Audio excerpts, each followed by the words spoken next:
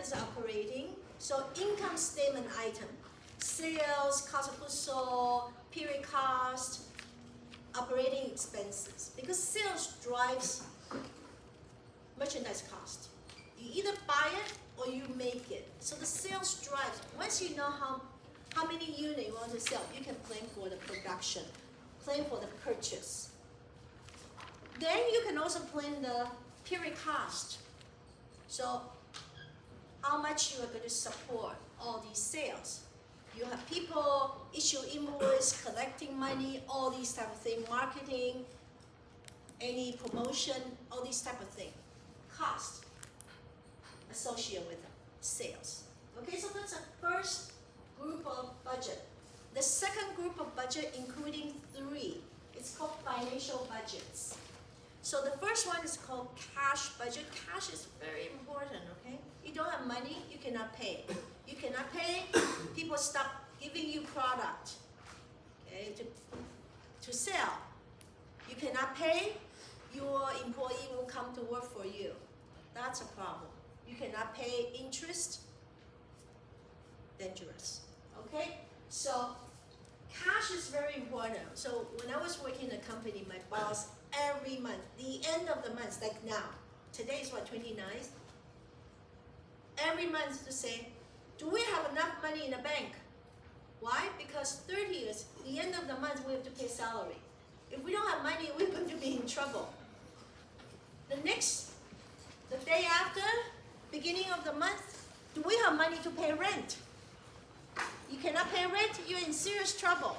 So cash budget is very important, okay? Do you have money coming in to cover? For me personally, I also feel the same way too. So for the past few months, very difficult for me. Why? Every month, the end of the month, I'm waiting for the salary getting to my bank account. I try not to spend money because not only when you have to give me the salary put in my bank account, they take away my, how do you call it, income, personal income, deducted. But I did not pay enough. So every 3 months, I have to submit additional tax money to government. So I have to plan, and at home, I have 2 big mortgages I have to pay. So all the money coming in, I cannot spend anything. I don't even have enough. It's a problem, isn't it? All right, so that's why we sold our house. We sold one of our houses. So hopefully, not close. Hopefully, in August, everything going to big pay down because I have 2 big mortgages, very, very heavy duty. So that's about cash budget. I cannot spend. We still have to buy food. We cannot go out to eat. Okay, no fun. Life is no fun if you don't have money. Okay, so then once you have the cash budget, you know how much money you're going to receive, how much money you have to spend. Anything left over, you can do whatever you want. You can pay down something. You can buy a computer. You can buy any equipment or whatever for the company. So sales drives everything. You can prepare financial statements. It's called pro forma balance sheet, pro forma income statement. Because sales, once you have a sales, you say, am I going to receive money? What's the percentage? It's a cash sales. What's the percentage? Credit sales. So credit sales go to accounts receivable. Cash sales go to cash budget, also go to balance sheet in a cash item. Now, sales drives the cost of goods sold. Okay, you may want to make it. What's the product cost? What's the material cost? What's the labor cost? Okay, did you pay for the material? If yes, cash budget. If no, accounts payable budget. You haven't paid. So you can plan everything. So everything's based on sales. The last one is called capital budget. So this is a long-term investment. You buy capital asset, pay. What's the benefit? Budget. Okay, so we're going to talk about this after chapter 4. So next week we're going to talk about capital budgeting. Okay, so we talk about this on Tuesday. And just to summarize, as I mentioned, sales drive everything. Sales drives the product cost, drives the period cost. Okay?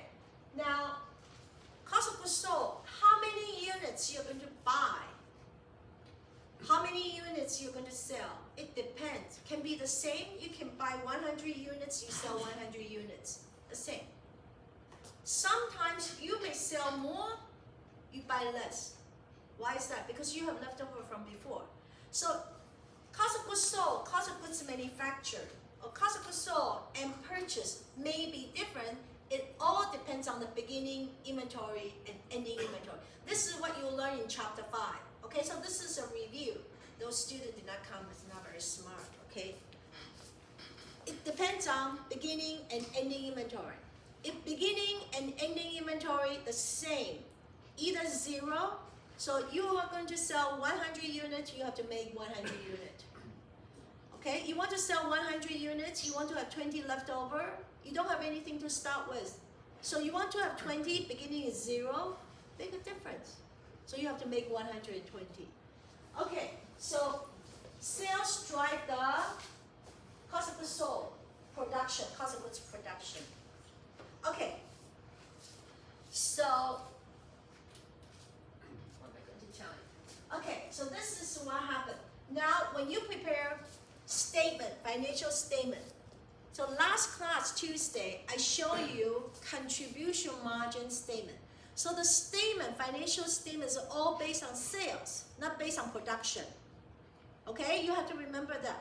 Because the production and sales may not be the same. If they are not the same, go by the sales. Because when we prepare financial statements, sales minus cost of goods sold, not minus cost of goods produced. Okay, so cost of goods sold. Now you prepare the selling, expenses, period cost. If you have sales budget, if you do not receive money, go to accounts receivable.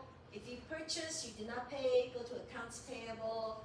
This is going to financial statement, cash budget, capital budget, and go to budgeted financial statement. Okay, now in terms of cash budget, very simple. We don't care what kind of activities are coming in. Okay, so as long as I receive money, add them all together. As long as I pay money, I pay out. Okay. Please do not include depreciation or amortization because you don't pay money, depreciation. You already pay for the machine, you just spread it out, the expense. So you're not paying additional money for the machine. Okay, so do not include amortization. Now, you have preliminary balance. If you receive more than you are spending, you have a surplus. If you receive less, you spend more, you have deficit. You don't have enough. Okay, so sometimes company put a financial requirement, you must have this amount of balance. If you don't have enough, you have to borrow. If you have more, then you can use this more to do whatever you want. So that's what happened here. Okay, so I want to finish the question for cash budget, okay? Cash budget, and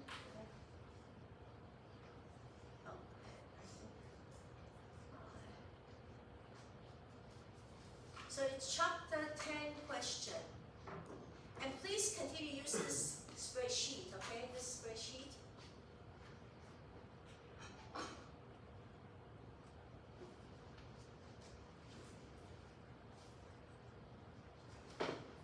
Alright, so it's the last question. It's simple, not very difficult. Okay, so please use the spreadsheet, easier for you to use.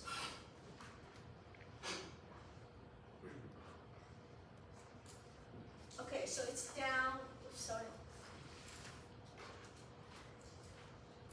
It's down the bottom. Here. Question 1.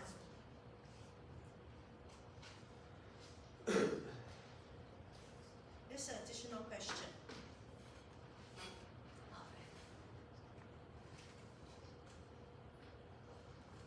Okay, December 1st, 2021, QT opened a retail store. So toward the end of the year,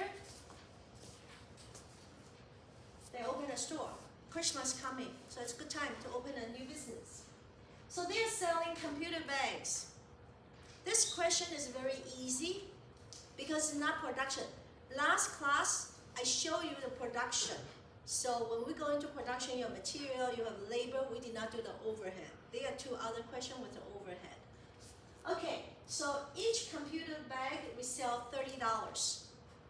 Okay. So the next year, 2022, we project the next quarter, the first quarter of the year. So January 640, February 520, March 740. Okay, management states the ending balance of merchandise and inventory should be equal 20% of next month's sales. You don't want to run out of stock. Because once you're out of stock, sometimes you have to wait for merchandise to come in. So they want to keep 20% of next month's sales in the inventory. Okay, in the inventory. Sales for April and May expect to be 800 computer bags. So getting bigger and bigger. December 31st, 2021. The balance in inventory and accounts payable. Okay, watch out for this word. This is the inventory. And this is accounts payable, not paid. And to tell you how much. Okay? So inventory, 1830. Accounts payable, not paid. You owe money, 4080. Okay, the cost of computer bag is 50% of the sales price. What's the sale price? $30. So what's the cost of goods sold? Hello, hello? You have to pay attention, okay? This is important. Going to be in your exam, okay? You sell computer bag, $30. They tell you cost of computer bags, 50%. So how much is the cost you pay? $15. Okay, now I'm asking you, what is the markup percentage? This is a midterm exam question. This is not final exam question. Okay, I say cost of goods sold is 50% of the sales. So what's the markup percentage? What's markup? What's the markup percentage? This is a midterm exam question. I told you I asked you about markup percentage. Markup is based on what? Percentage based on what? Come on, tomorrow's exam. Sales. Mark it up based on what? Based on cost. Retail store always mark it up. You heard about markup? It's a profit based on cost. So what's the markup percentage in this question? 50%? I want you to think. $15 is your cost. You're selling at $30. Okay? That's why we say cost of goods sold is 50% of the sales.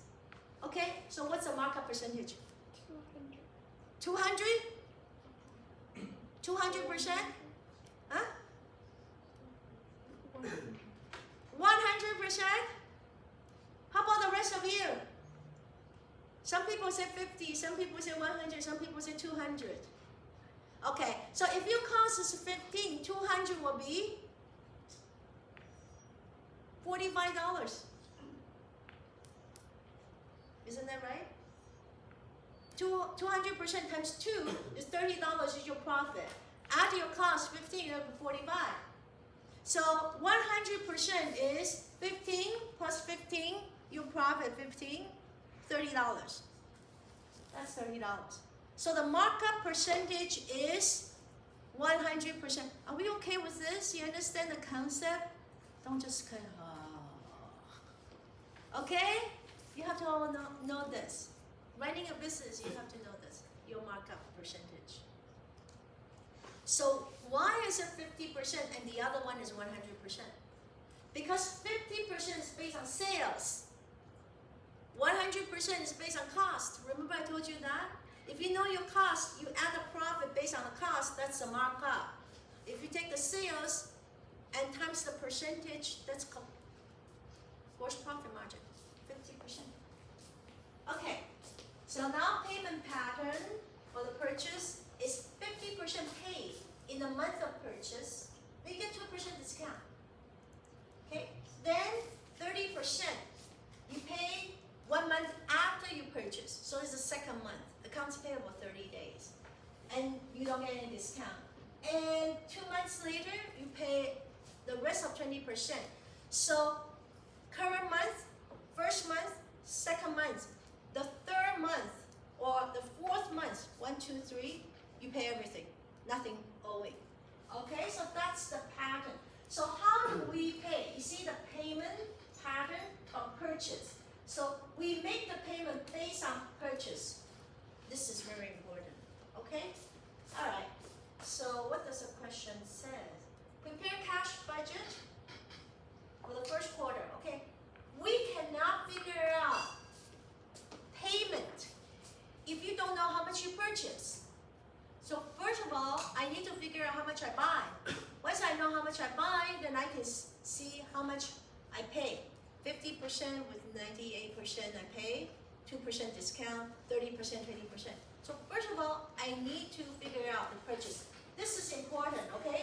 The thinking is you have to know the purchase, then you do the rest. Okay, so monthly purchase in January, sales. But how do I figure out purchase? How do I figure out purchase?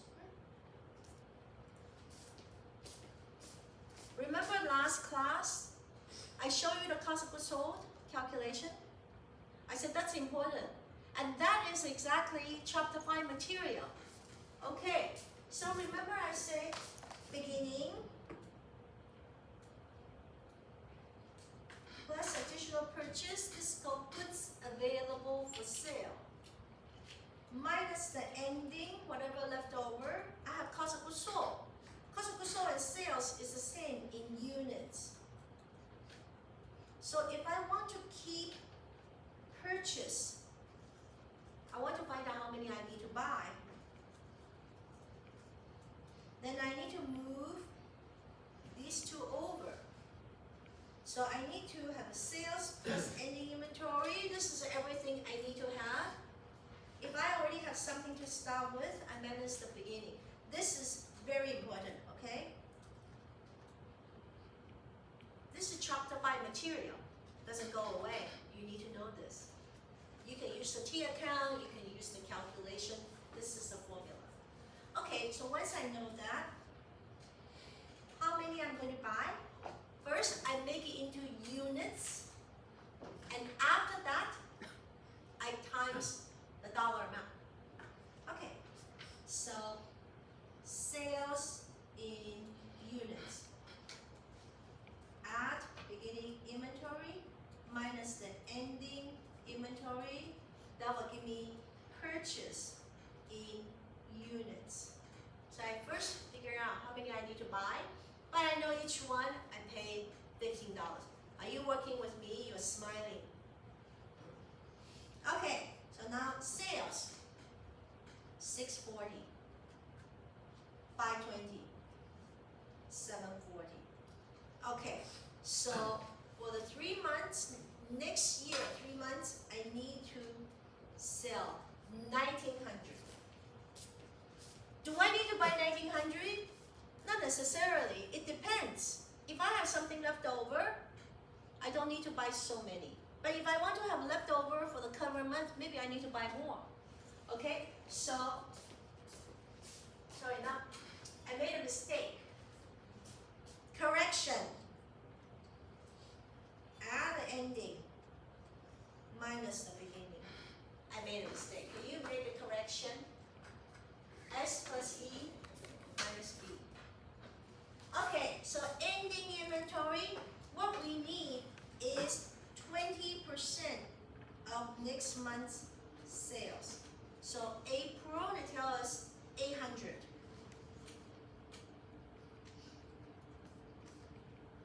Okay, so we can calculate very easily. 104 148, 160. And I already told you last class, we cannot add them all together because it doesn't make sense. January 31st, February 28th, March 31st, you add them together, what does it mean? It doesn't mean anything. From January 1st to March 31st, we only end on one day, which is March 31st. Okay? So 160 go over here. Now, what's the beginning inventory? We know February beginning inventory is coming from January, 104. February ending inventory becomes March beginning inventory, 148. But how about beginning inventory? January 1st. So I need to look for December 31st, ending inventory. Do I have the information? Did it tell us how many units? December 31st? Do I have the number of units? Give it to us, yes or no? No. But how do I find out? Find a way to solve the problem. This is called critical thinking. What's the linkage? Do you have an inventory dollar? And do you know, so what's the inventory dollar? 1830. Altogether, it's worth 1830. But how much we pay for each unit? Huh? How much we pay for each unit? Altogether, you have an 1830. How much we pay for each unit? 15. So, how many units left over? Because in the financial statement, we use dollar and cents, not unit. So you have to divide it by per unit cost. So do we know how many units? 1830. Each unit is $15. So how many units? 122. So it is a bit less than, a little bit less than next month's sales, 20%. So this is a new policy. We want to have 20% of next month's sales in the inventory. Okay, so now I can figure out, okay, beginning inventory 122. Ending inventory 160. Okay. So what I can do is I can add each one together. So this is 622 units. I'm going to sell 640, but I don't need to buy 640. I only need to buy 622 because the beginning and ending inventory, they are not the same. Okay, 520 sales. I need to buy more, 564.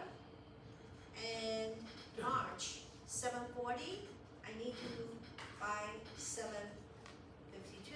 Altogether, I sell 1900, but I'm going to buy 1938. Are we okay? You understand what we're trying to accomplish? So this is number of units you need to buy. But the question is about how do we make the payment?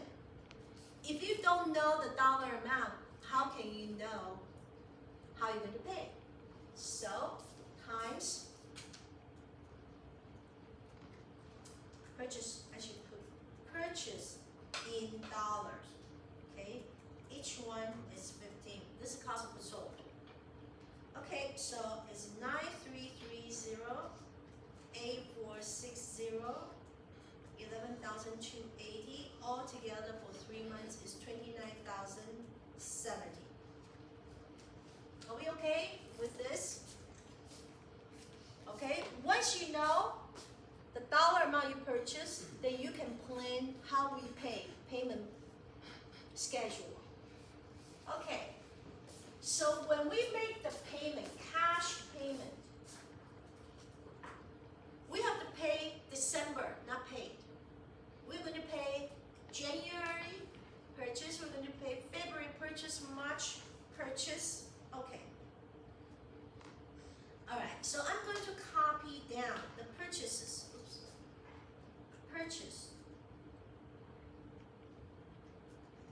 in dollar, okay? So 9330, so I copy it down. 8460, 11,280. So altogether 29,070. Okay, so this is the base number.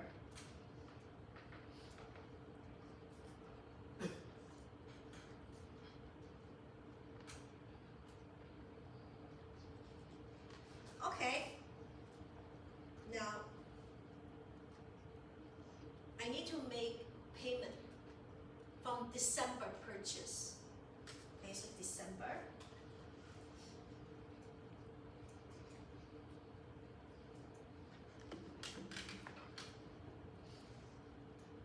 December purchase. And January purchase and February purchase, because my payment pattern right here is from purchases. Okay, so what's the December purchase? We have accounts payable 4080. Okay, so this is the tricky part. So the student said, okay, December purchase. Okay, how do we make the payment?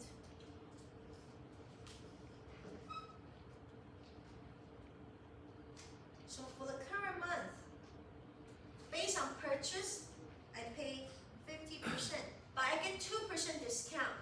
So I only need to pay 98%. Are we okay so far? You following? Okay, based on the purchase. Now, 1 month later, in January, I should pay 30% on the purchase. In February, I should pay 20% of purchase. So anything left over in March? Nothing. Okay, so now look.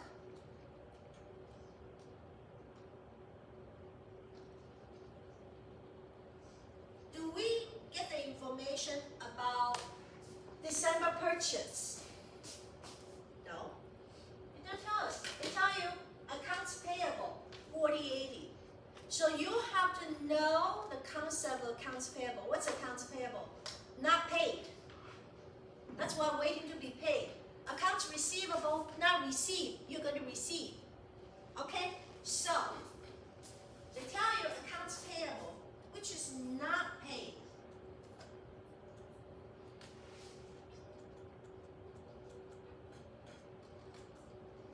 Is 4080. Okay, so now I want you to pay attention now. If you take 4080, listen, okay, look up here, because this is where students make mistake. You're going to have a multiple choice question like this. Can be receivable, can be payable. If you take 4080 and you say, okay, the question tells us 30% I pay in January, 20% I pay in February. You take 4080 times 30%. 4080 times 20%. Then what happened? You still have leftover half of it, not paid. In March, what did I tell you about in March? We pay off everything, because December we pay 50%.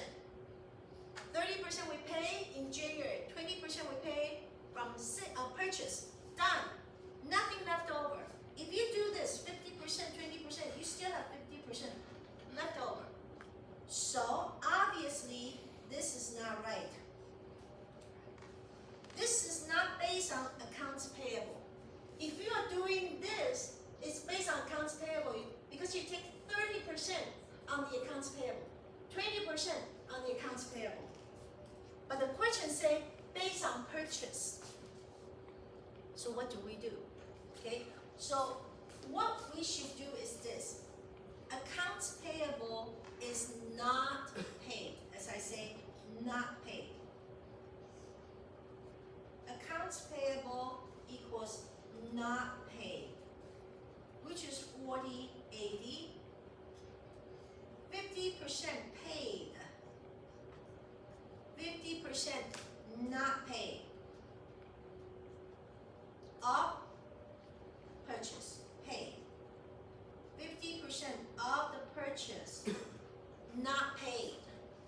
So if I want to find out what's the purchase, because 50% not paid represent 40/80. So 40/80 equals 50% of the X, which is the purchase. So if both sides I divided by 0.5, I know the purchase. So this is 50%, 50%, this is 40/80 as well. So altogether is 8,160. Purchase 8,160. So you take 8,160 times 30%. 8,160 times 20%. Then nothing left over to be paid. Okay? If you need to take a picture, you can take a picture. This is what happened. Are we okay? You understand the logic?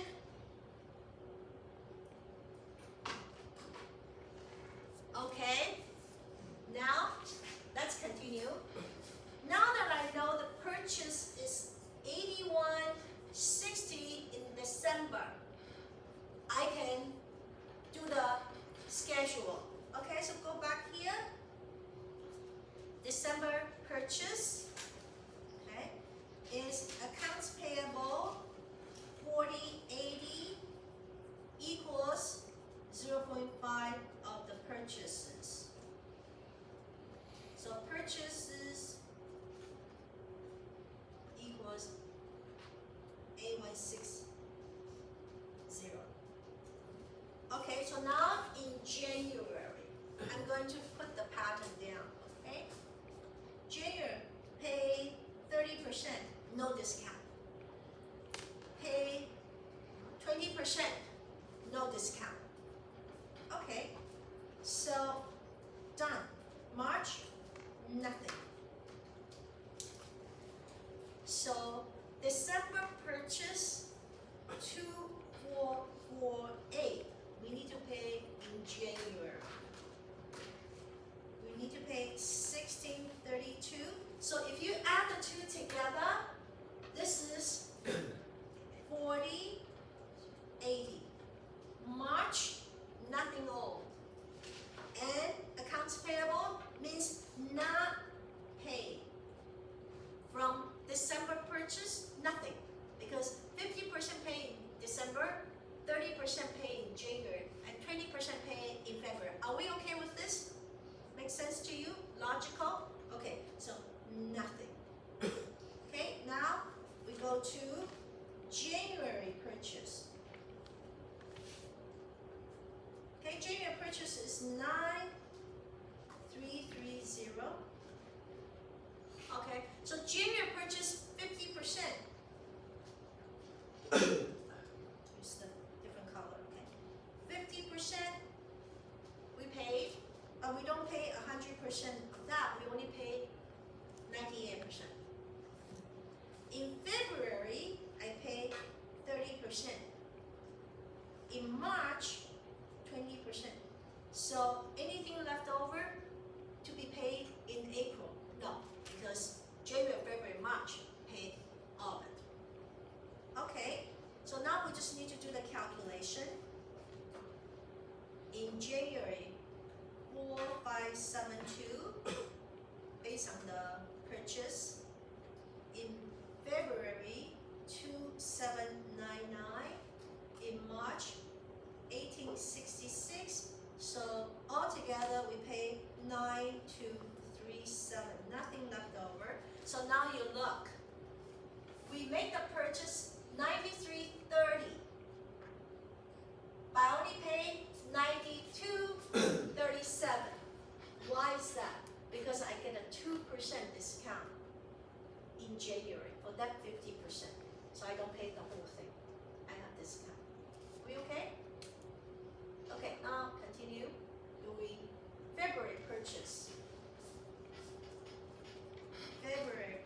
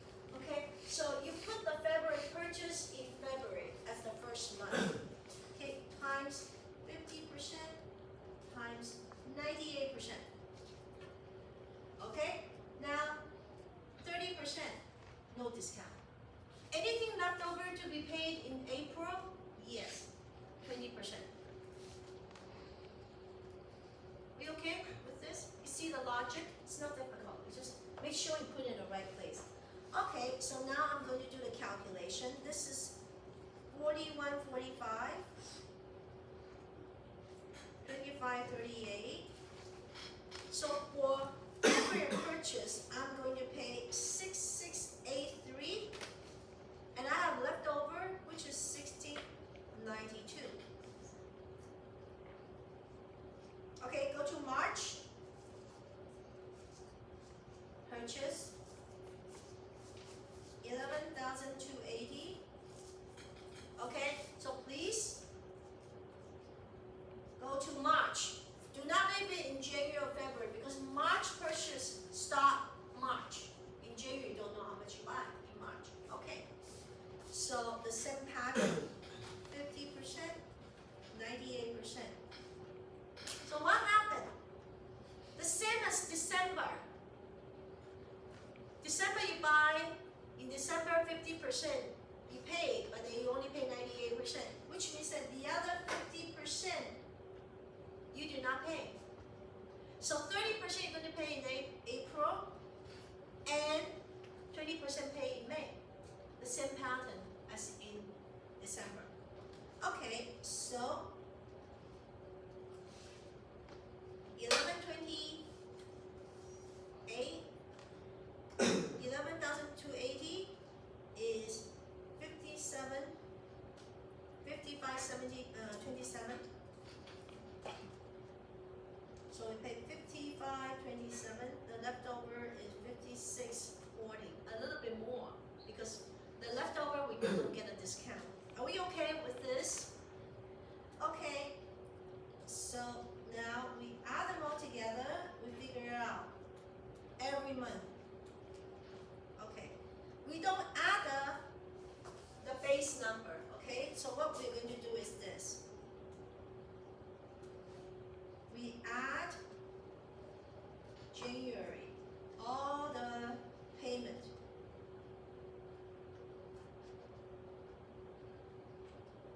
Okay. So January 70.20, February 85.76, March 99.31. So all 3 months, 25,527.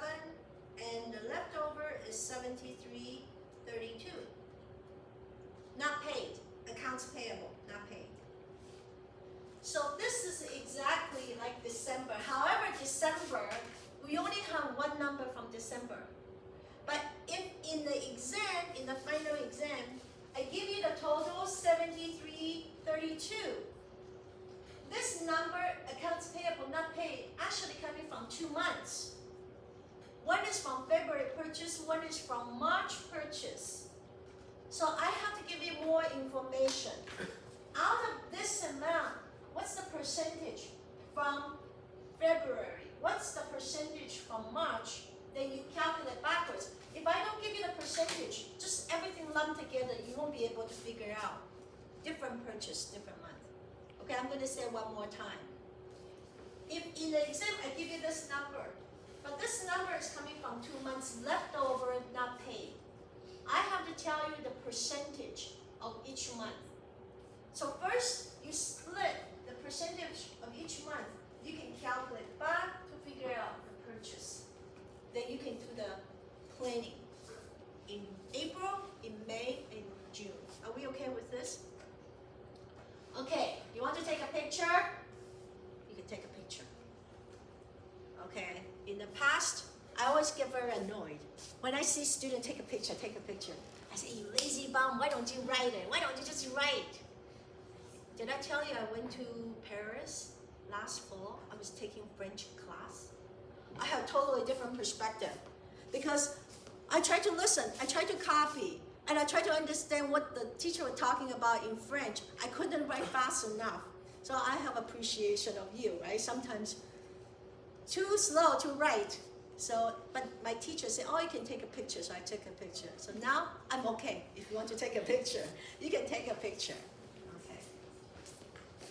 It's really, in a sense, it's good. Once in a while, you go back to become a student. You have different appreciation of what how students struggle, right? Okay, so you finished taking the picture. Okay, so I'm done with this. All right, so I'm going to do chapter 4. The picture taking.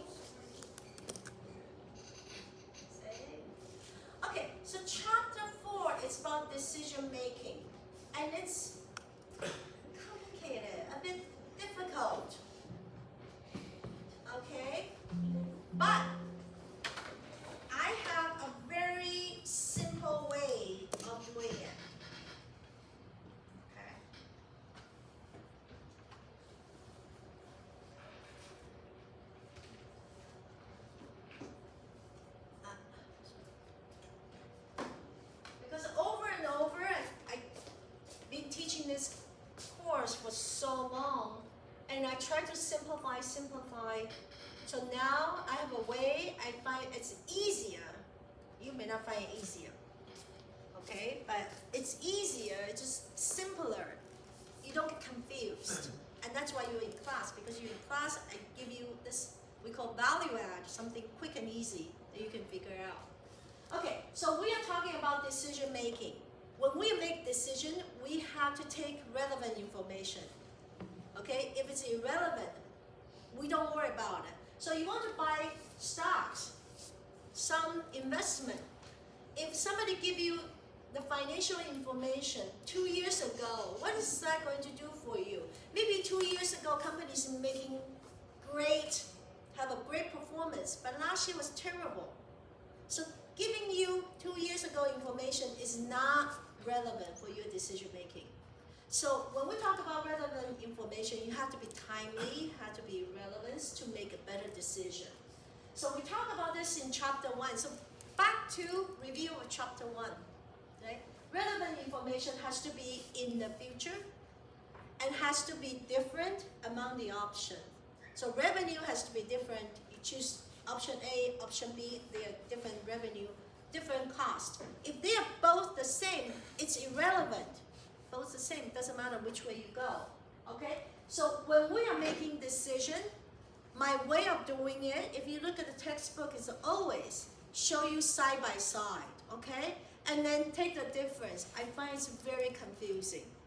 Sometimes you want to drop this product, you have become 2 products, or you originally have 3 products, you compare, very confusing. So I don't do it that way. Okay, so which way do I do? That's called side by side. 3 products versus 2 products, you compare, that's called side by side. I don't do it that way. What I'm doing is called differential method or incremental method. Very simple. I focus on what's relevant information. So we're going to learn 4 different decision making for operation, short term, 1 year. Okay. So the first one is called keep versus drop. Should I keep making this product? Should I keep operating this business, retail store, or should I close down? Drop it. Close down. Not making it. Discontinue, basically. You continue or you discontinue. Okay? So how I do this? I said I use incremental, only focus on one thing you're doing. Is right now I have the product. I can keep working on the product. I don't need to know that. I already know how much I'm making from making the product. What I need to know is, what if I drop? What's the impact? So I always focus, listen very carefully, okay? I always focus on what I'm not doing now. I'm not doing dropping yet. I'm considering to drop it, discontinue. So I want to focus on drop. If I drop it, if I discontinue, what happened? Okay? The second one is make versus buy. This is called outsourcing decision. You are making it in Canada. The labor cost is high, material cost is high, overhead, everything is high, real estate, your rent is very high. You're thinking not to make it in Canada. You want to outsource to maybe Vietnam, India, Indonesia, somewhere, Mexico. Okay, so you are thinking about buying it instead of making it. So right now I'm not buying, so I'm only going to focus on buy. So you always focus on what you are not doing now. So focus on drop, focus on buy. Number 3 is called special order. So what's special order? Only one-time deal. Somebody come to you, says, can you make something for me? Can you make something for me? So special order is all about capacity. Do you have space to make the product? Okay? If you have a capacity of 1,000 units, right now you're making 700 units. Somebody come to you, can you make 200 units for me? You have capacity, of course you're going to take it, because the more you take, the more money you're going to have. Now, this is not a problem. The problem is when you take a special order, you don't have capacity, you have to give up. When you have to give up, now you have to compare. What's the additional benefit I'm going to get if I sell to you? How much give up I have to sacrifice? You take the difference. If the benefit is more than you give up, take it. If the benefit is less than what you have to give up, don't take it. Okay, so that's special order. The last one is called product mix. When we don't have enough resources to make everything, we need to prioritize. Okay, so that's constraint. You don't have enough. How do we prioritize? We're going to take a look at that. That's easy. So we're going to look at that later on. Okay? Now, in life, okay, it doesn't matter short-term decision, long-term decision, life decision. I'm going to tell you only 3 components you need to think about when you make decision. 3 things. Remember, okay? Don't overthink. Very simple.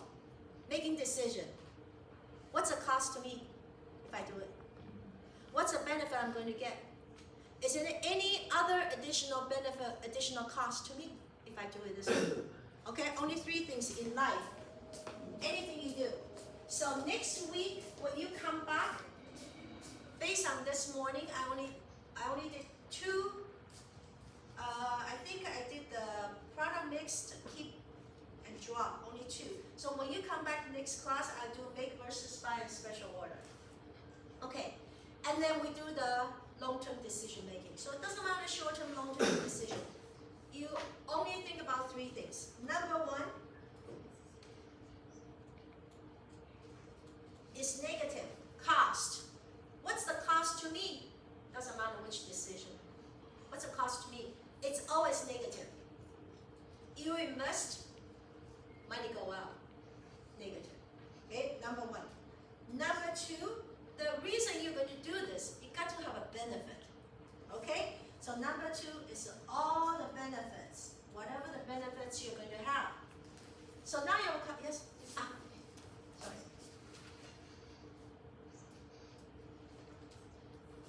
Okay, so number 1 is cost.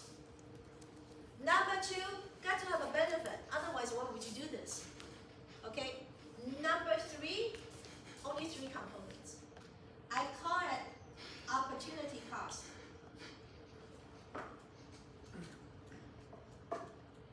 Opportunity cost can be positive, can be negative. So the cost is always negative. The benefit is always positive. Opportunity cost can be positive, can be negative. We don't know. Depends on the situation. Okay? So now you add the 3 things together. If number is positive, what does it mean number is positive?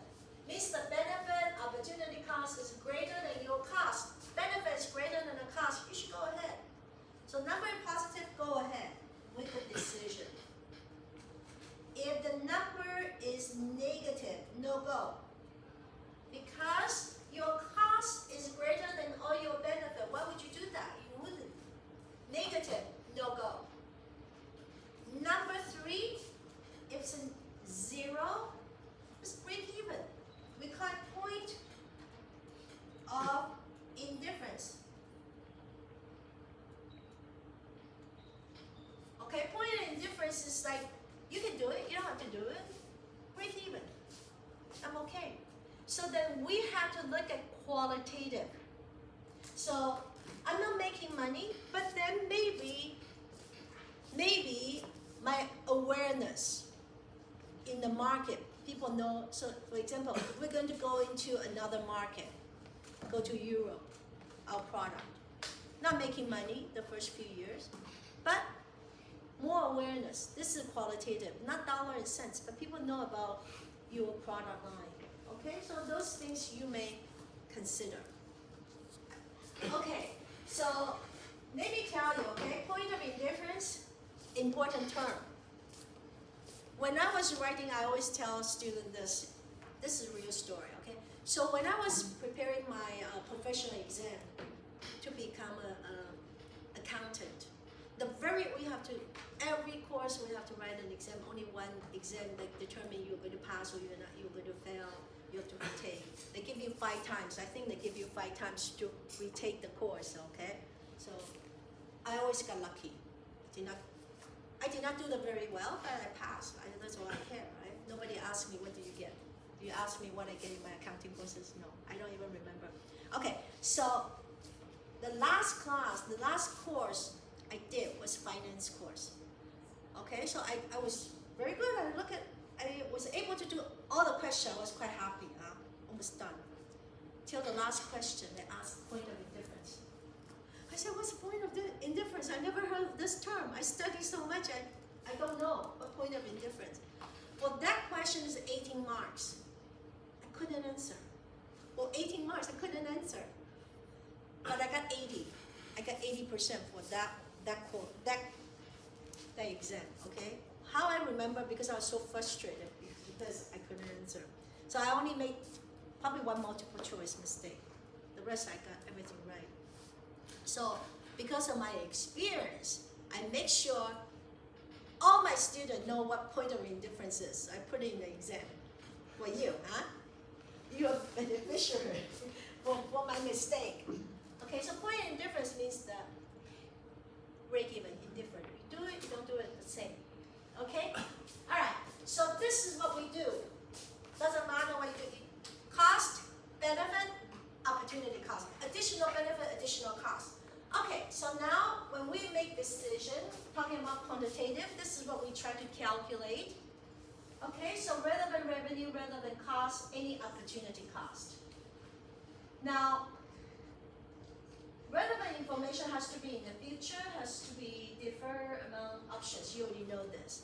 So incremental contribution margin, additional contribution margin, okay, opportunity cost. So in financial accounting, we never include opportunity cost because in the future. Financial accounting is always past oriented. So this is your midterm material. Okay, so opportunity cost is in the future. If you give up on this and you get this one, what's the benefit, what's the cost to you? You can compare for your decision making. Now qualitative.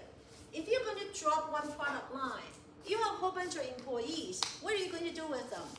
Are you going to let them go? What's the impact of their morale? Change position, maybe 10 people, you only keep 2.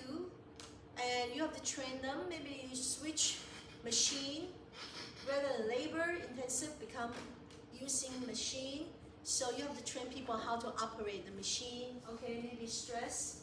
Suppliers, make versus buy. If you buy merchandise, how about the quality? Can your supplier guarantee the same level of quality of your own production? Okay, customer relations. So right now, let's say you have a complete product line. You're thinking to drop one or the other. That can be impactful for customer to come and say, hey, I buy all these kind of product, now you don't have this, you don't have that, I might as well go somewhere else. I have the whole complete product line to choose. Okay, so that's customer relation. Irrelevant information is a cost already incurred in the past. Let's say you spend $1 million. You develop some kind of technology, you want to make some kind of product. Suddenly, the technology changed. Whatever you do is irrelevant. It's already past. Nobody's using those kind of technology. What are you going to do? Give it up. Okay, that's called sunk cost. Book value of equipment, future costs that do not make a difference between the two. Okay, so this is complicated to look at. This is the summary. So I'm not going to go through explaining one by one here, okay, because it's too many words. I'm going to just explain to you. Okay, so based on this, I'm going to explain to you. So remember these 3 components? Okay, so I'm going to go through one by one. So the first one is key versus drop, discontinued. So as I say to you, I always take the opposite position that I'm not doing now. So I'm going to take the drop position. Okay, this is important. I'm going to drop it. Let's take a look. If I drop it, what happened? Okay, number one, what is the cost if I drop it? Well, I lose my sales. Okay, loss of sales. If I drop it, no sales, negative. But the reason you're willing to give up your sales because you can save money. Number two, benefits, positive. So you can save money, we call it cost savings. So I can save variable cost because sales, no material cost, no labor cost, no variable, whatever the cost, no shopping bag, no sales, no these variable cost. Okay, so sales minus variable cost. This is the loss of contribution margin. You lost your contribution margin. Okay, make sense? You lose your sales, you lost your contribution margin. But is there any fixed cost I can save? Okay, sometimes you cannot save any fixed costs. Sometimes you can save fixed costs. Those fixed costs, if you can save, we call it avoidable fixed costs. So what you see here is a cost by behavior, variable cost and fixed cost, because variable costs vary with sales. Okay, so what's avoidable fixed cost? Avoidable fixed costs are the fixed costs that say you have to pay to rent the machine month by month. Okay, so 5,000 every month. Now you start making this product. I don't need the machine, I can return it. I save $5,000. This is not variable. Doesn't matter how many units you make, I save 5,000 every month. However, the rent, you rent a space, okay? You sign a lease for the whole year. If you decide to stop it, so now it's May, the end of May, you decided to cut loss. But you are responsible to rent a space for the whole year. What happened? You still have another 7 months rent to pay. You are not saving it. Unless you can find another tenant to occupy the space. Otherwise, this is called unavoidable fixed cost, irrelevant. You close down, you don't close down, you have to pay. Okay? Those avoidable fixed costs, if you don't make a product, you can save money. Avoidable fixed costs. Okay, so this is a benefit. Number three, opportunity cost.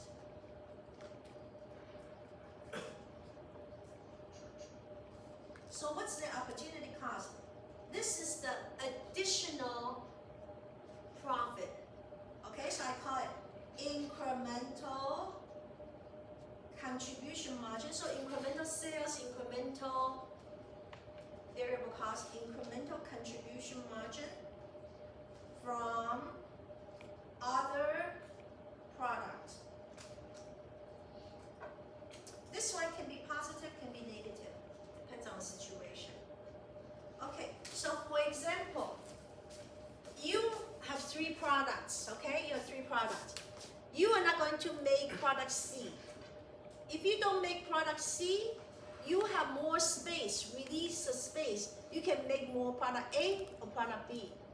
If you can make more product A or product B, you make money. So that's contribution margin. Fixed cost is fixed, it doesn't matter. Okay? So if you can release the space because you drop it, so you can make other products. So this is from other products.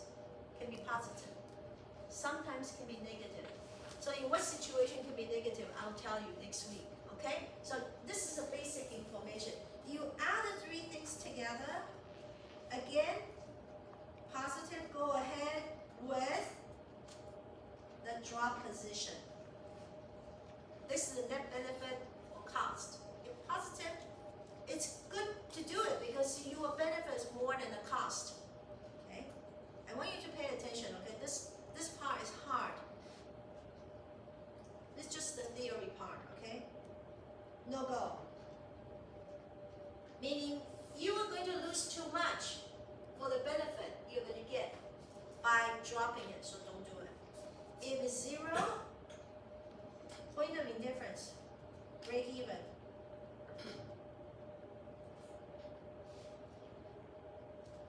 Okay, now next one is called make versus buy.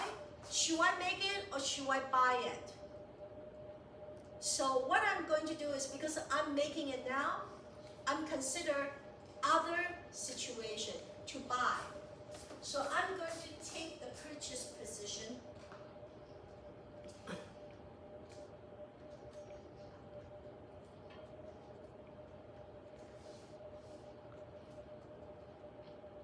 Okay, purchase, to buy it. So number one, what's the cost if I buy it? Number one, cost of purchase, negative. How much it costs you? Number two, positive, benefit. Okay, so if you're not making it, you're going to save, cost savings. So you see, same pattern. Variable cost, you don't make it, you save. You still sell it. Doesn't matter you buy or you make, you still have the sales. So it's not that you are losing sales in this situation. You don't lose sales, you still sell. So that's called irrelevant. I don't worry about sales because I'm going to sell one way or the other. But if I don't make it, then I save the material, labor, variable cost. Then I save avoidable fixed cost. If there's any fixed cost, I can save. I don't need to spend the fixed cost. For example, if I'm not going to make it, I don't need inspection. Okay, I don't need engineer. I can let this person go. Fixed cost, a person, fixed cost, let it go, I can save. But sometimes, just because you don't make this product, you still need an engineer, there's no savings. Okay, so this is total cost savings. Number three, opportunity cost. This is the contribution margin from other products. So it's the same as before. If you are not making it, you are buying it, you have a capacity to make other product, to make more money.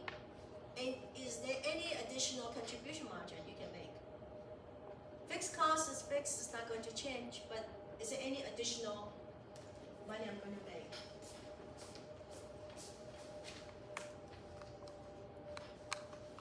Positive, go ahead. Negative, no go. 0, point of indifference. Of what? Of purchase. Okay, special order. Special order is the one-time deal. One time. I told you, it's all about capacity. Do you have capacity to take the special order? Okay, so for example, we have 1,000 unit capacity to make. Right now, I'm making and selling 700 units. You come to me, you say, can you make 250 units for me? I look at, okay, I have capacity, sure. So there's no cost to me. Okay, what if you come and say, can you make 400 units? Now I have to think about this. Is it more beneficial to take 400 units from you, and I lose 100 units? Or what's the situation I need to compare? Because I cannot do both. I don't have capacity. So I have to consider this part, 100 units. Okay? So when I take your special order, okay, I have to say, what's the benefit? So I switch the benefit and cost. Okay? So number one, the benefit. So the benefit is the additional, I call it incremental sales. also, if I take your sales, I have an incremental variable cost. So basically what I have is the incremental contribution margin. Every unit I make contribution margin. But now I take your special order, maybe there's an additional cost I need to spend. I don't have this equipment or something for the special package. So I may have to rent a machine, or maybe I have to buy additional machine. Doesn't matter how much. I buy a machine, maybe 2,000, 5,000. This is a fixed cost for the number of units you're going to, it's not proportional. So this is an additional fixed cost. Incremental fixed cost. Negative. So basically, what I'm looking for is the additional income from your sales. Incremental operating income. This is what I'm looking for. Taking your order. So suppose taking your special order for 400 units. After I subtract everything, I'm making $4,000. Then I have to compare. This is positive benefit. What's my cost? I'm losing this part. How much? 100 units. Cost. How much it cost me? If it cost me $1,000, then I still ahead of $3,000. If I lose out 100 units, it's going to cost me $6,000. Why would I want to do this? Take your order, make 4,000. But I lose out 100 units, that cost me 6,000. I'm lost. I wouldn't do that. Okay? So you have to compare. So the first one is the benefit. Number two is the cost. The cost. Okay? So loss of sales. But I also have a cost savings. Variable cost. So basically, this is the loss of contribution margin. Whatever the contribution margin I'm going to lose on my own sales. Okay? Also, is there any avoidable fixed cost if I'm not making this? Is there anything I can save? Okay, so cost saving. This is an avoidable fixed cost. If I can save, so this is basically loss of operating income. So do you have two operating income? One is gain, one is loss. Okay, so that's two. Number three, opportunity cost.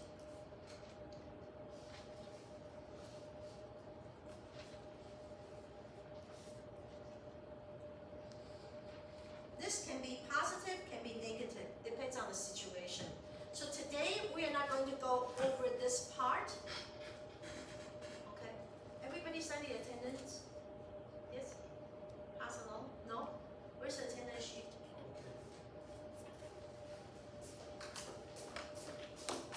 Okay. So today we're not going to talk about opportunity cost because I don't have an example to show you. When I show you next class, when we do one question, I'll show you. Can be positive, can be negative. From other product, again, from other product.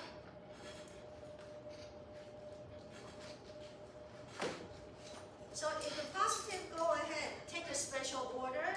If the negative, no go, don't do it. If zero, point of indifference.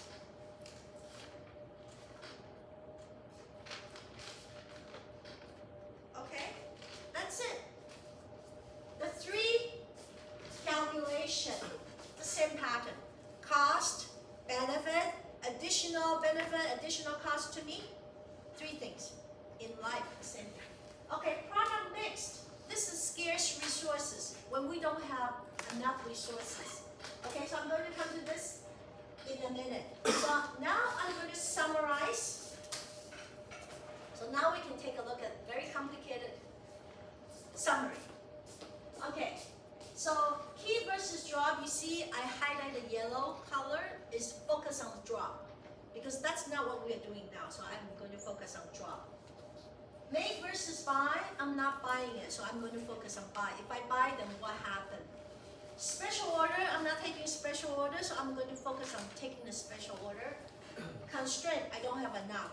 Product mix, okay? So now what's the relevant information? What you have to figure out is the contribution margin loss. When you drop it, you lose sales, you also save variable cost.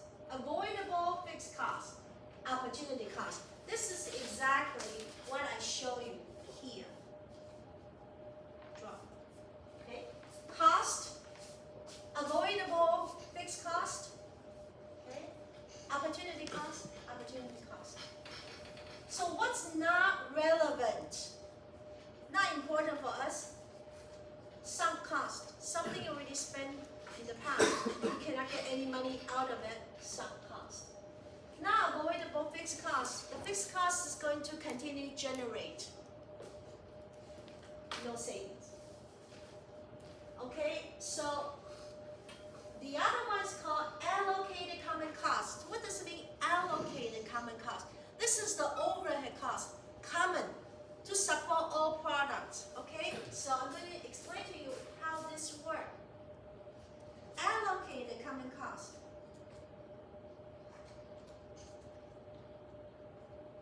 This is overhead. Suppose company have overhead, $1 million. We split into 3 products, A, B, and C. Okay? So why this is not relevant in my decision making? So this is overhead. You can use the traditional method like what we learned in chapter 5, or we use ABC. You see, this is a review of chapter 5 and chapter 7. You're going to have the exam tomorrow. Okay, so $1 million, how do I split into 3 products? Maybe based on sales as a cost driver. The more the sales, we should allocate more overhead. Maybe. Okay, so suppose A, we are going to allocate 500,000. B, 300,000. And C, 200,000. Okay, to cover overhead, common cost. So the CEO salary, the secretary, all these type of things. Plant manager, fixed cost. Okay, overhead cost. So we split among the 3 products. Now I'm going to drop this product. Just because you drop it doesn't mean that you can save $300,000. The CEO will still have a job. The plant manager, without this product, they still make other products. You cannot let them go. So if this overhead, $1 million, does not drop by $300,000, there's no cost saving. So this $300,000 does not go to product B. Some go to product A. Some go to product C. This is called allocated common cost. So instead of 500,000, this is 50%, 30%, 20%. Now we don't split the percentage. We can change it. 200,000 go here, 100,000 go here. Now product C, you pay 300,000. Product A, you pay 700,000. So it's 70%, 30%. Does it change anything in the company? No. So allocated common cost, as long as the common cost does not get saved. If it gets saved, it's called avoidable fixed cost. This is not avoidable. Doesn't go to you, go to other product. No savings. Okay? Alright, so that's that. The decision is this. It's a bit complicated, huh? So I think my methods is easier. You add the 3 things together. If a positive, you should drop it. So here, product, you drop it. If the contribution margin loss, the loss is smaller than the benefit, you should drop it. You should keep it if the loss is bigger than the savings. That's what that is. Okay, make versus buy is the same thing. Sales is irrelevant. You're going to make the sales anyway, so we don't worry about sales. So you're going to buy, cost of purchase, you can save variable costs, avoidable fixed costs. If there's any opportunity cost, because it can be gain or loss from other product, you add it together. Allocated common costs, now avoidable fixed costs, some costs. Okay, so you're going to continue making it. If the cost is bigger than the benefit, okay? The cost to buy is bigger than the savings. You're going to buy if the cost of buy is smaller than your savings. Okay? Special order, as I mentioned here.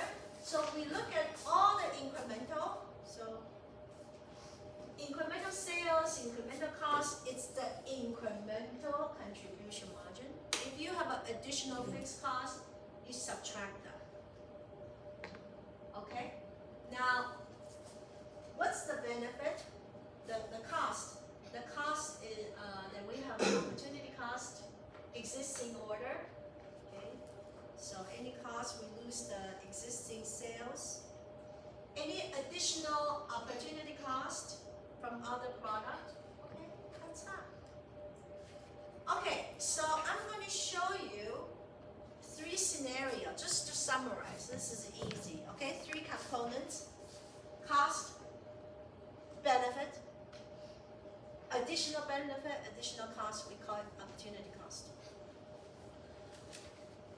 Cost, if you drop it, it lost contribution margin from existing sales.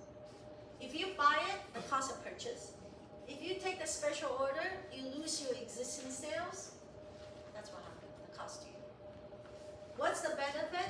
Savings, cost savings. Variable cost, fixed cost, avoidable fixed cost. Benefit, special order, you have an incremental operating income. Okay? Now, opportunity cost is all from other product. If you don't drop it, you don't buy it, you cannot have this additional benefit. So, 3 things add together. Okay, the last thing I want to talk about is the product mix constraint. We don't have lots of resources.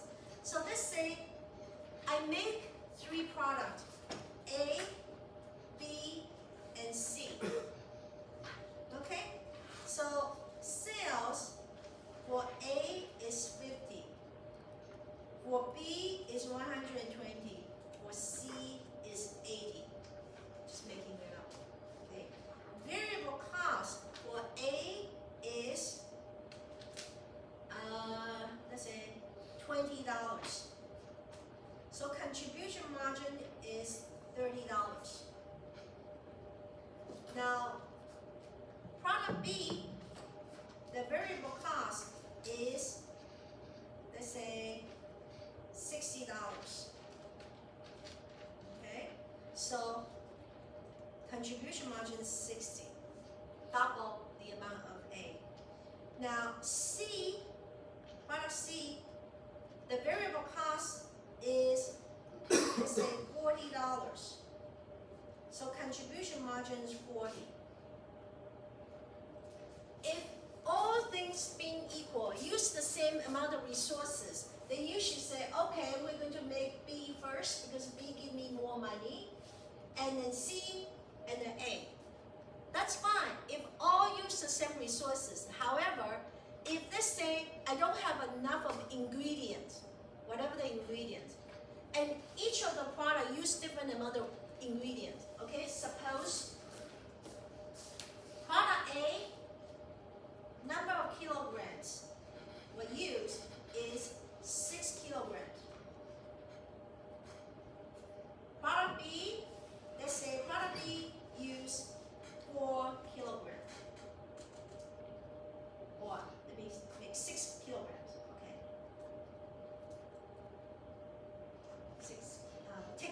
10 kilograms. It's easier. 10 kilograms. And product C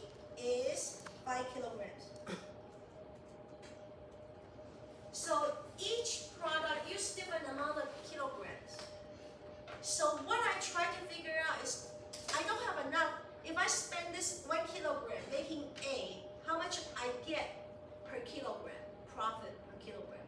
So this is what we call profitability index.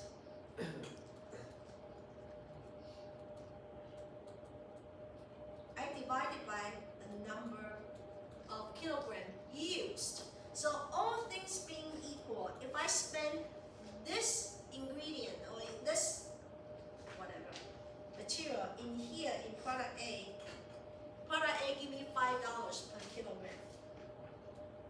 Product B give me $6 per kilogram, and product C give me $8 per kilogram.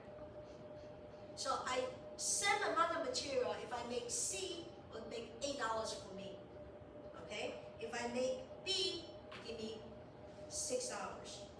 All right. So when we rank, this will be in your final exam. Okay. Final exam only in 3 weeks, 4 weeks, not that long. Okay.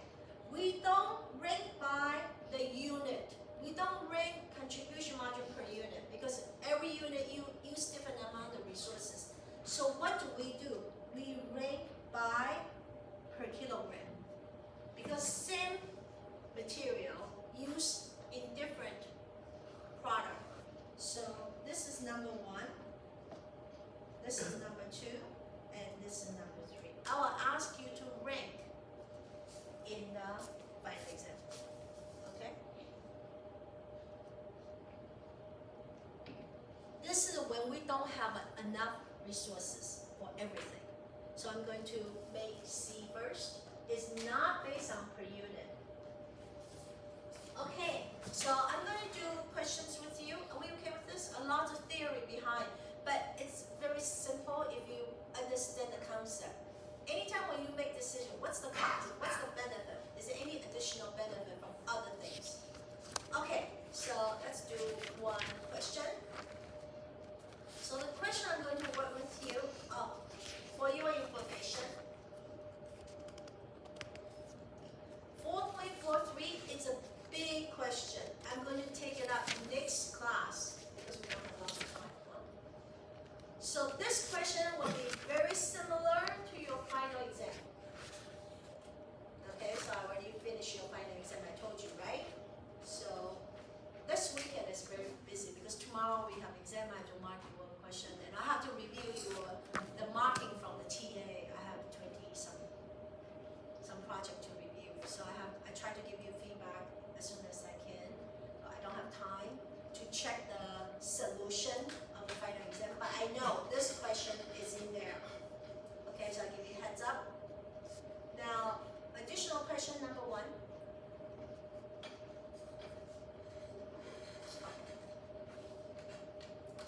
Redner Inc. produced 3 products. Data concerning selling prices, unit cost. So we have J, K, and L. Selling price 80, 60, 90. Variable cost 50, 40, 55. The fixed cost per unit 25, 8, and 22. So in general, when we are making decision, we ignore the fixed cost unless the fixed cost is avoidable. Avoidable, if you don't make it, you can avoid it. But these fixed costs per unit is not going to change. We say fixed costs are applied to product on the basis of labor hours. So the labor hours is not going to change. So there's no change in the fixed cost. So grinding machine time, 10 minutes, 5 minutes, 7 minutes. They use a different amount of time to make. Okay, so demand for 3 products exceeds the company's production capacity. You can make as many as you want. The grinding machine is the constraint, you don't have enough. Only 2,400 minutes grinding machine time available this week. So what do we have to do?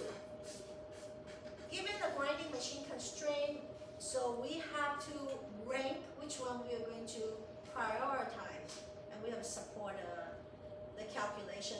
Number 2, if there is unfilled demand, we have a lot of demand, we can keep making whichever we are going to make number 1. Okay, up to how much should the company be willing to pay for additional hour of grinding machine? How much are we willing to pay for extra hour? Okay, so we do the question together.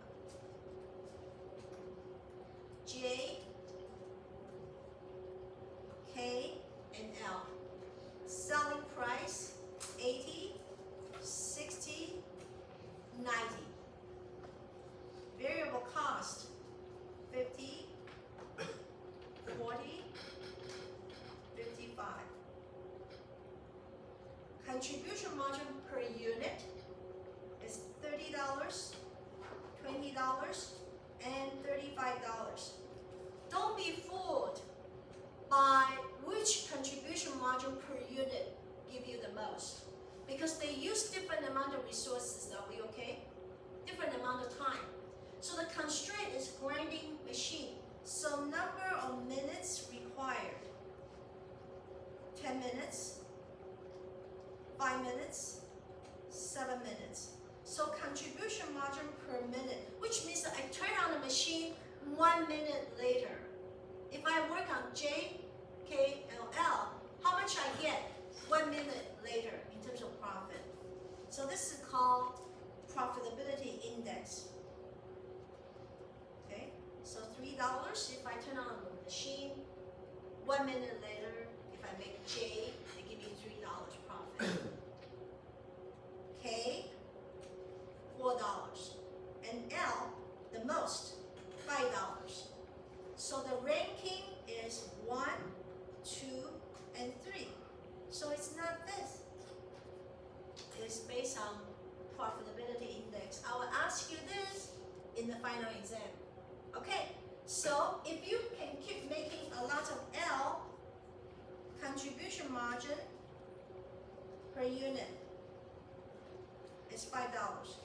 Per minute, sorry, per minute. It's $5.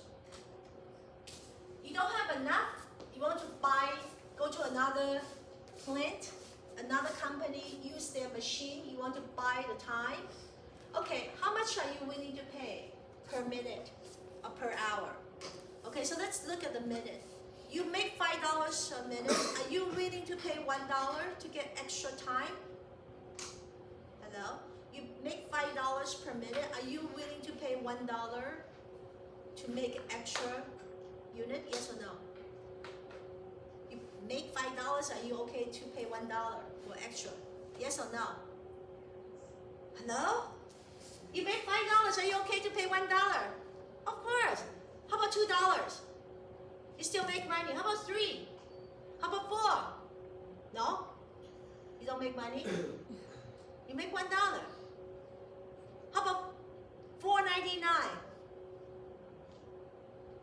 Why? You say yes, what? If you pay $4.99, what happened? You make 1 cent, you're still making money. How about 5.01? Oh, for sure, no. You're losing money. So you cannot, how about $5?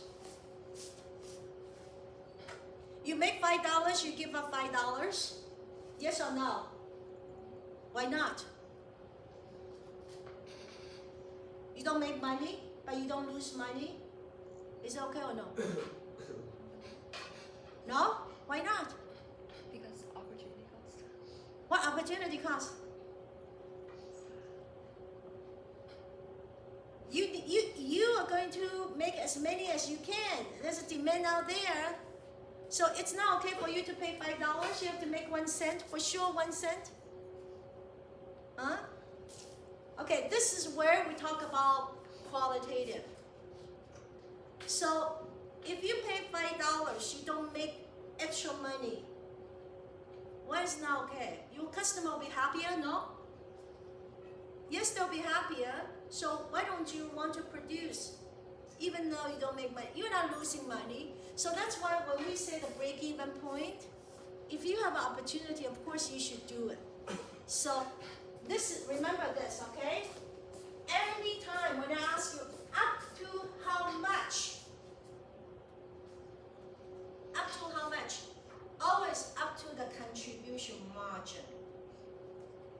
In this case, it's per minute, $5.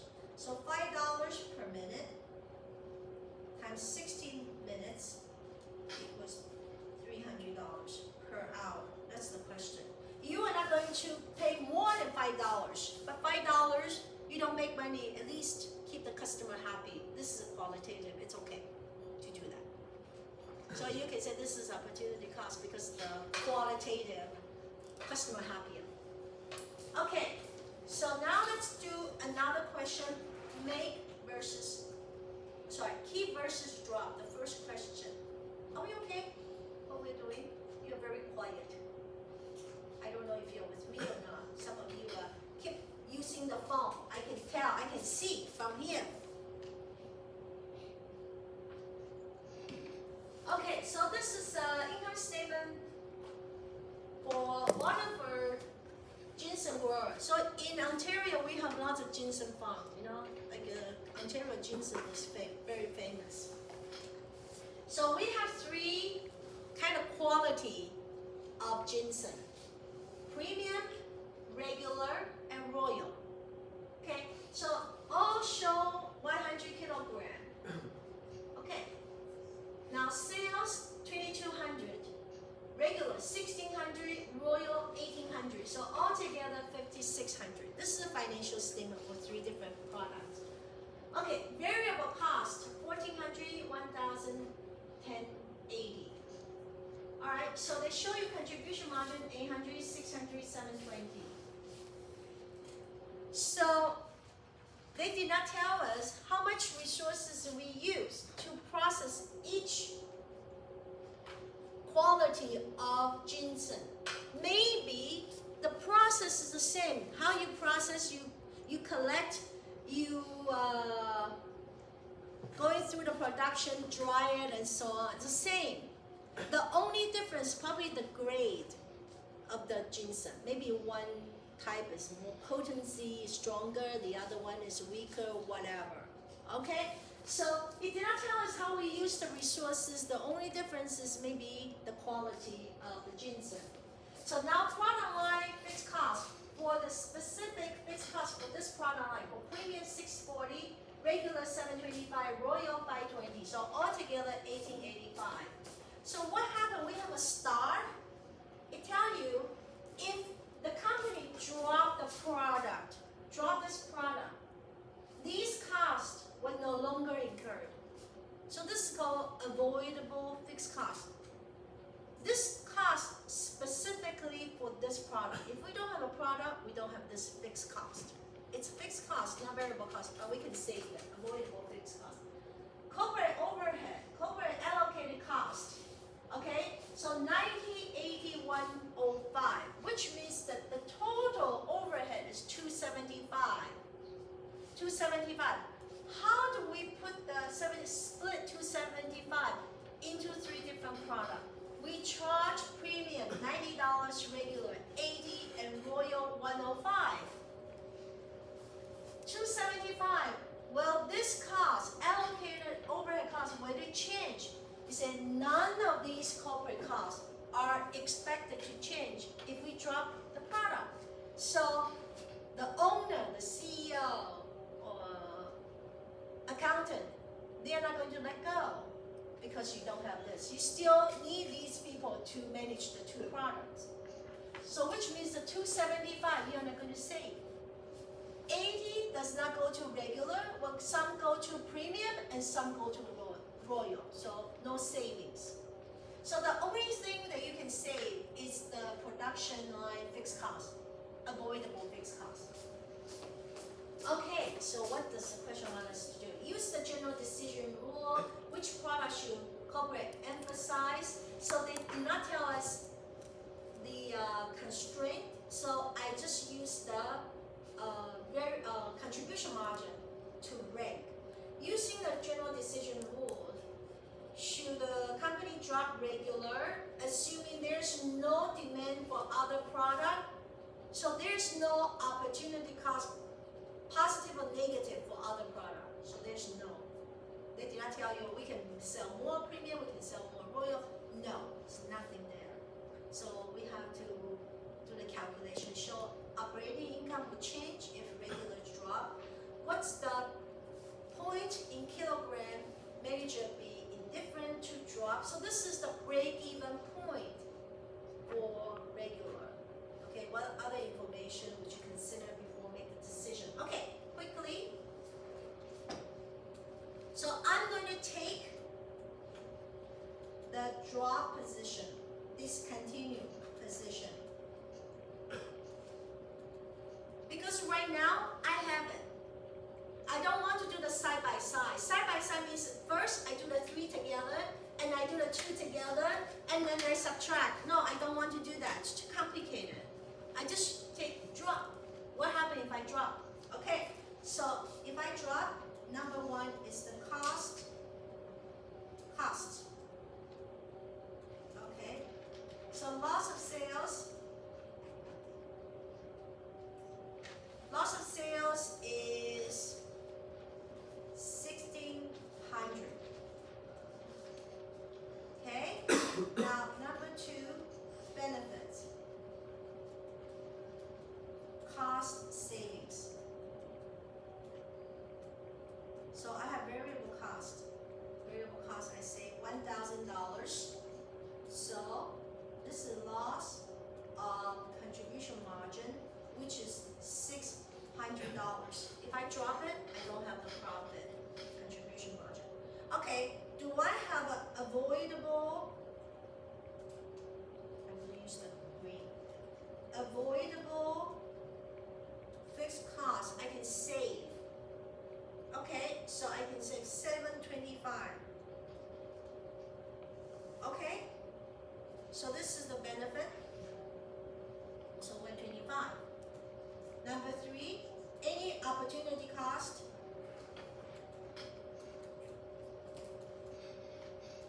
Can I sell more of premium or more of royal? They tell you there's no changes in demand for other product. Nothing. So 0. So 125, this is called net benefit cost of dropping.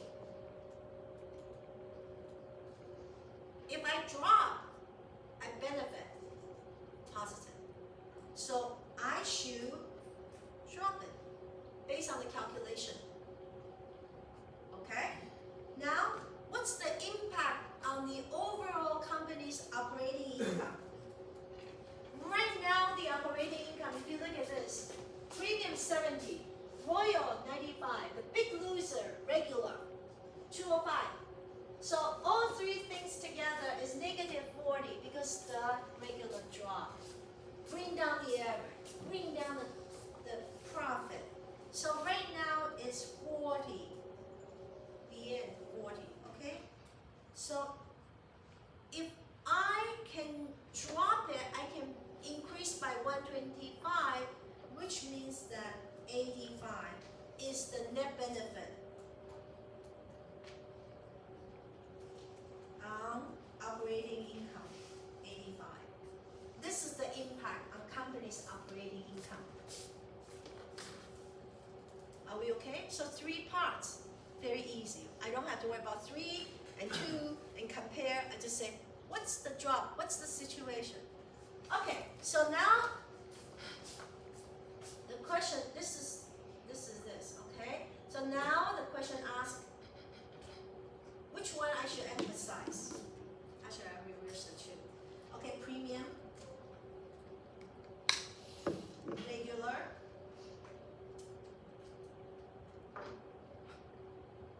and royal. Okay, sales 2,200, 1,600, 1,800. Variable cost 1,400. I'm just copying from there. Okay, 1,000.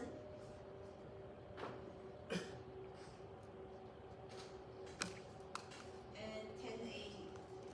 So the question only shows us contribution margin.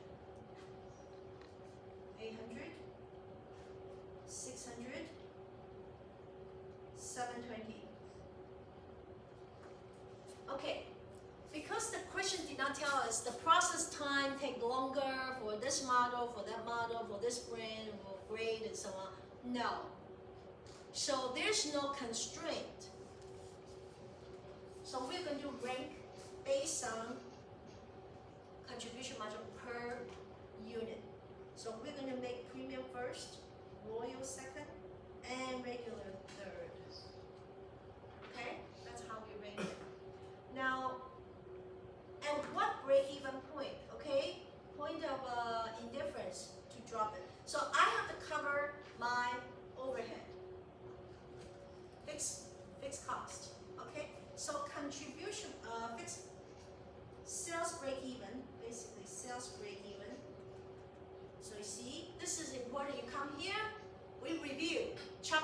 material. Fixed cost divided by contribution margin per unit. That's how many kilograms. Tell your point. How many kilograms you need to break even. Point of indifference, break even. So product, this is a product regular. Fixed cost for regular, not assigned cost, 725. Okay? So how many kilograms? This 600 is for 100 kilograms. 100 kilograms. So I need to divide it by 100 kilograms. $6 per kilogram. So I need to sell 121 kilograms to break even. That's why you are not break even. Because at 100 kilograms, you are losing money. So if I sell 121, I break even for product line overhead. Okay, so that's that. Now, what other information do you want before you make a decision to drop it? You say, okay, we look at this, we need to drop it. But, like many things, you don't right away say, I'm going to drop it. You say, hey, wait a minute. Can I raise the price? Can I raise the price to 1,700 or 1,750 or 1,780? Who said that you have to be consistent always this price? Cost. Is there anything I can reduce the cost? First, you investigate internally. You look at outside. This kind of grade of ginseng, how everybody else is charging. You don't right away say, oh, yes, 125, let me drop it. Because drop it if you don't have other product, it's not good to use the capacity. So you think about those issues, okay? The sales, can I increase the sales? Can I drop any variable cost? So it's like, nowadays, inflation, everything's so expensive. Some people, not that you have a choice. You have no choice, you still have to pay. So if somebody wants ginseng, this kind of regular ginseng, maybe you want to raise the price a little bit. You also have to think about the customer relations. When customers come to you, because they have different grade of ginseng, if you drop the cheapest one, they don't come. They go somewhere else. It's not good. So before you go ahead and say, okay, based on the calculation, I'm going to drop it, you have to think carefully before you make that kind of decision. So you have quantitative, that's why you need to think about qualitative, that type of thing. Are we okay with that? Okay, so I don't know if I mentioned, I think probably I mentioned in the beginning of the class, if you do not see, I put 1 for your attendance last night, please contact me. Show me the evidence you are there, because sometimes because your name on Kirkus and your name on Zoom is different. Yes? Oh, yes and no is where you consider going to accounting. It's only for my reference. I want to see how many people are thinking about accounting. But that's not for marks. The attendance is not for mark. It's just to qualify you to submit the paper or not. Okay? So I'll see you tomorrow. Good luck on your midterm exam. Okay? I see 1:30.